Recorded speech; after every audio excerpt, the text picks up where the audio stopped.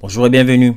Lorsqu'on construit son portefeuille de crypto-monnaies, il y a forcément des monnaies qui sont indispensables dans tout portefeuille de crypto-monnaies. Donc c'est là que vient l'idée de cette vidéo. Aujourd'hui, je vais parler des monnaies indispensables à avoir lorsqu'on construit son portefeuille crypto-monnaies. Comme d'habitude, n'hésite pas à t'abonner, à liker, à commenter et à partager aussi. Ça apporte de la visibilité à la chaîne et ça aide également au niveau de l'algorithme. Donc comme je vous ai dit, j'ai pour objectif d'atteindre 1000 abonnés assez rapidement. Donc si vous pouvez aider, appuyez sur le bouton. Et aussi également, comme vous le savez, ce n'est pas un conseil d'investissement. Je ne suis pas conseiller financier et faites surtout vos propres recherches et investissez uniquement ce que vous êtes prêt à perdre. Donc sans plus tarder, on va rentrer dans le vif du sujet avec le premier coin. La première monnaie à avoir dans son portefeuille, c'est Bitcoin. Donc oui, je suis d'accord avec vous, c'est pas avec Bitcoin qu'on fera plusieurs multiples, mais néanmoins, c'est très important d'avoir Bitcoin dans son portefeuille. Il y a pas mal de personnes qui disent que Bitcoin va atteindre 100 000 $, 1 million, mais peut-être même 10 millions pour les plus enthousiastes et les plus optimistes d'entre eux. Et il y a des gens aussi qui disent que c'est potentiellement la monnaie qui sera utilisée par le monde entier, donc c'est-à-dire plusieurs milliards de personnes. Donc, vaut mieux avoir une petite portion. Je sais que c'est pas possible pour plusieurs d'entre vous, plusieurs personnes qui rentrent dans les crypto-monnaies de s'acheter un seul Bitcoin, mais avoir des parts de Bitcoin, donc des petits Satoshi, ce serait très intéressant si, dans l'éventualité en tout cas, où cette monnaie atteint plusieurs centaines de milliers d'euros ou de dollars. Donc ça peut être intéressant pour vous. Et comme j'ai dit, Bitcoin, c'est la monnaie qui va dicter comment fonctionne en fait l'écosystème crypto-monnaie. Si Bitcoin baisse, toutes les autres monnaies vont baisser. Donc si Bitcoin augmente, donc monte, les autres monnaies vont suivre automatiquement. Donc voilà, vaut mieux avoir un peu de Bitcoin dans son portefeuille. Ça va servir en quelque sorte de monnaie, on va dire à peu près stable et qui va permettre à ton portefeuille de pas perdre trop d'argent parce que si Bitcoin baisse, les autres altcoins vont baisser 10 fois plus. Deuxième token indispensable dans son portefeuille de crypto-monnaie, c'est Ethereum. Donc Ethereum, c'est le boss de Layer 1. C'est le premier à avoir existé, donc le premier Layer 1 à être fondé. Donc, au départ, il a été fondé par Vitalik Buterin, Charles Hoskinson et Gavin Wood. Donc après, ces deux personnes, Gavin Wood et Charles Hoskinson, ont quitté le projet, ont créé eux-mêmes leur projet, donc Cardano et ensuite Polkadot. Donc pourquoi Ethereum? Parce que, comme j'ai dit, ils ont l'avantage d'être les premiers. Ils ont aussi ce qu'on appelle le network effect. Donc en gros, si vous avez remarqué, il y a plusieurs projets Layer 1 qui sont sortis comme étant des Ethereum killer entre guillemets. Donc dans le but de détrôner Ethereum, mais on s'est rendu compte que au final, ces projets-là finissaient par se rattacher à Ethereum.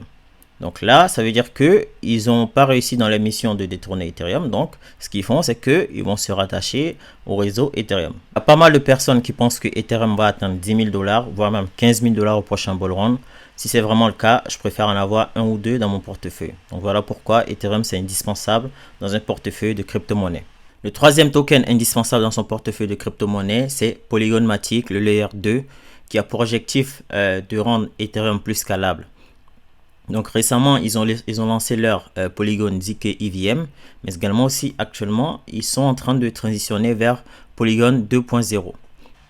L'objectif est d'être encore plus scalable, avoir beaucoup de liquidités, mais également aussi continuer à avoir des frais de transaction vraiment minimes. Donc récemment, Polygon a connu pas mal de FUD, notamment à cause de la SEC, parce qu'ils sont dans la liste des tokens concernés par l'action contre Binance et Coinbase. Concernant les securities. Je pense que cela n'aura pas d'incidence sur le projet Polygon. Et au contrario, je pense que Polygon est là pour durer en fait sur le long terme. Et si vous ne le savez pas, Polygon, c'est un projet dont l'équipe Business Development est très efficace. Donc, ils ont pas mal de partenariats, comme par exemple avec Nike, Starbucks, Meta, Coca-Cola, Disney, Amazon, Mercedes, eBay pour ne citer que. Ça veut dire que c'est un projet qui a la confiance de très grandes entreprises reconnues dans le monde entier et ça veut dire que c'est un projet qui va potentiellement exploser dans le futur. Quatrième projet, c'est Chainlink. Donc Chainlink qui est l'oracle par excellence, il va permettre à d'autres projets de l'écosystème crypto-monnaie de pouvoir communiquer avec le monde extérieur. Par exemple, avoir des données sur les datas de prix ou des données sur le marché par exemple. Pour Chainlink, ça fait déjà, on va dire, quelques années qu'il existe. Donc si on regarde sur le chart, ça fait déjà depuis 2018 qu'il existe. Il est déjà monté à presque 50 $. Donc là, actuellement, il a bien rétréci. Donc en termes de prix, il est à 5,3 $. Donc ça fait que en termes de appréciation de prix, on peut avoir plusieurs multiples à l'avenir. Donc Chainlink, c'est un projet qui est utilisé par presque tout l'écosystème crypto-monnaie. Ce qui veut dire que c'est un projet qui est utilisé par les autres et dont le token aussi est également utilisé. Donc avant, quand le prix est monté jusqu'à 50 $, on n'avait pas de staking sur Chainlink. Désormais, c'est le cas. Donc ça veut dire qu'il y a des chances que le prix fasse 1 x 2, donc passant de 50 à 100 $ au prochain bull run, en tout cas je l'espère. Le cinquième token indispensable dans un portefeuille de crypto-monnaie, c'est Polkadot. Donc pourquoi Polkadot? Parce que déjà, ils font partie de la liste des projets crypto-monnaies que les particuliers pourront commencer à trader à Hong Kong. Donc ça fait déjà un. Mais également aussi, Polkadot, il y a d'autres projets donc, dans l'écosystème crypto-monnaie qui vont construire leurs projets sur Polkadot. On aura par exemple Moonbeam, Akala, Asta, pour ne citer que. Donc ça fait que en termes d'utilisation et de token utility, ce sera énorme pour Polkadot. Et comme je vous avais dit aussi également, Polkadot, ils ont travaillé en étroite collaboration avec la SEC pour ne pas être considérés comme des securities. Donc voilà, c'est pour ça que je l'ai mis dans la liste des tokens indispensables. Et si vous le savez, Polkadot n'a pas vraiment connu de bull run.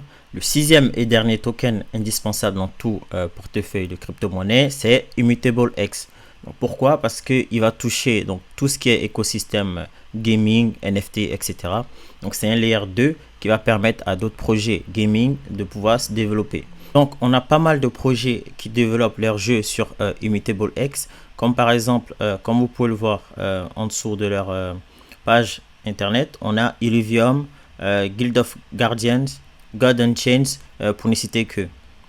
Donc ça fait que c'est un, on va dire, projet qui est utilisé par d'autres projets gaming, mais également aussi le token aussi sera aussi également utilisé. Donc c'est pour ça que je suis bullish et je pense que c'est un projet et un token qui est indispensable dans tout portefeuille de crypto-monnaie. Si ça t'a plu, n'hésite pas à liker, à commenter, à partager, mais surtout à t'abonner pour apporter la visibilité à la chaîne. Et sur ce, nous on se retrouve très prochainement pour d'autres vidéos crypto-monnaie. Ciao, bon week-end.